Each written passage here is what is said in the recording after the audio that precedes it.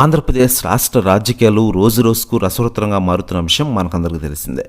ఇకపోతే ఇప్పటికే తెలుగుదేశం పార్టీ అధినేత శ్రీ నారా చంద్రబాబు నాయుడు గారు వైసీపీపై యుద్ధం ప్రకటించిన విషయం తెలిసిందే. అందులో భాగంగా ఒక కూటమిగా ఏర్పడి బీజేపీ, జనసేన, టీడీపీ ముందుకు కలుగుతున్న విషయం మనకందరికీ తెలిసిందే. అధికార వైఎస్ఆర్సీపీ, టీడీపీ కూటమి తోడు కాంగ్రెస్ కూటమి సైతం పోటీకి రావడంతో ఆంధ్రప్రదేశ్ పాలిటిక్స్ ఇప్పుడు ఇంట్రెస్టింగ్గా మారాయి. దేశంలో ఎక్కడో చూసిన ప్రస్తుతం ఆంధ్రప్రదేశ్ పాలిటిక్స్ గురించే మాట్లాడుకుంటూ ఉన్నారు. ఇకపోతే టీడీపీ కూటమిలో భాగస్వాములుగా ఉన్న బీజేపీ, జనసేన పార్టీల అభ్యర్థులను సైతం ప్రకటించి ప్రచారాన్ని ముమ్మరం చేశాయి.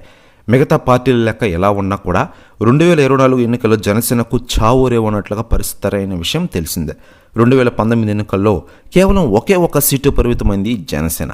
అధినేత పవన్ కళ్యాణ్ గారు సైతం పోటీ చేసిన 2 చోట్ల ఓడిపోయిన విషయం తెలిసిందే.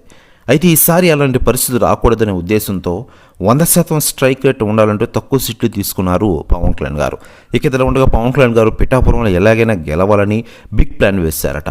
దాని ప్రకారం దాదాపు 20,000 మందితో భారీ బైక్ ర్యాలీ నిర్వహించున్నారట పవన్ కళ్యాణ్ గారు. ప్రెస్ న్యూస్ కూడా తెగ వైరల్ అవుతోంది ఆంధ్రప్రదేశ్ రాష్ట్ర రాజకీయాల్లో.